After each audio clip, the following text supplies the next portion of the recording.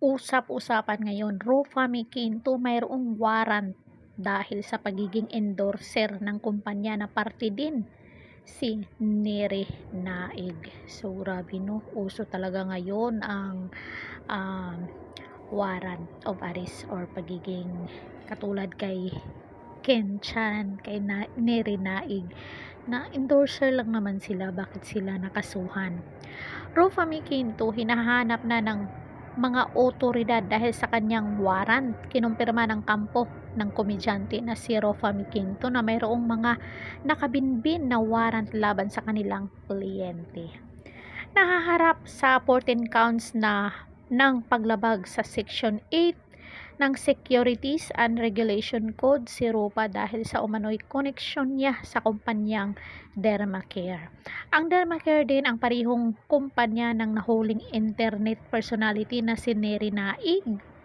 Ipinagbabawal ng Securities and Regulation Code ang sinuman na mag-alok ng securities katulad ng shares at investment nang walang permiso mula sa Securities and Exchange Commission or SEC.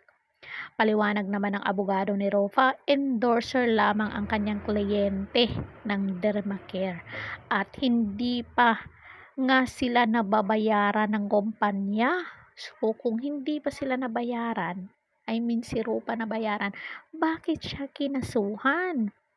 She will face those charges. Mag-voluntary surrender siya. Ang magpo-post po kami ng bill for that. She's worried kasi hindi naman totoo yung allegation kasi my client po is just a brand ambassador, a model endorser, sabi ni attorney Mary Louise Reyes. Ni hindi sa kanya nakapagbayad ng down payment. Tapos yung mga cheque po, puro tumalbog. Lahat po yan hawak naman po namin yung ebidensya. Ipipresent namin sa court. Dagdag ng attorney ni Rufa Miquinto. So kawawa naman, nauuso talaga ang ganito. Ano bang nangyari?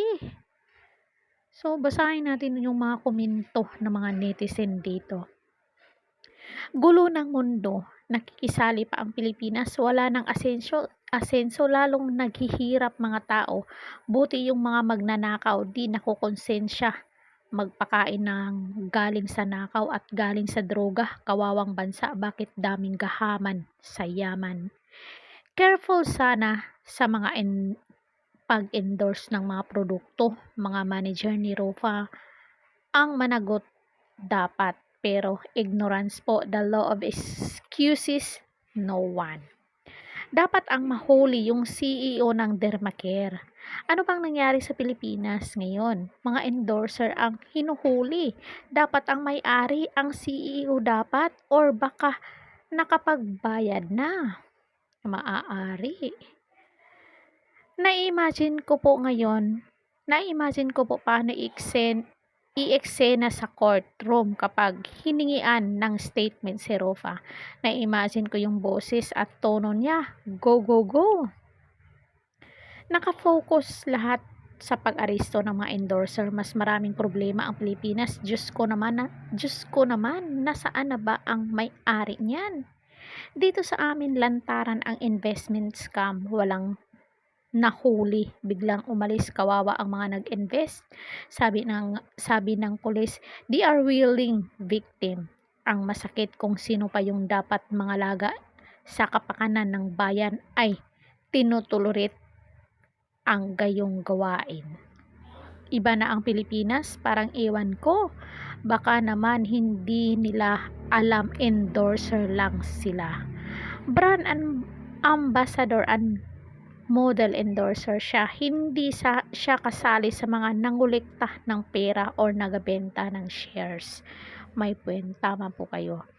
So yun nga po, bakit siya kakasuhan kung brand ambassador at model endorser lang naman siya, tapos hindi pa nabayaran kasi yung mga chiki talbog. So anong sa inyo dito mga marites? Comment down kayo dyan sa baba para mabasa natin ang inyong mga naging pahayag. Kung bago pa lang kayo dito sa ating channel, please hit the notification bell, like, share, and subscribe. Caridad Official TV. Hanggang sa muli and thank you so much.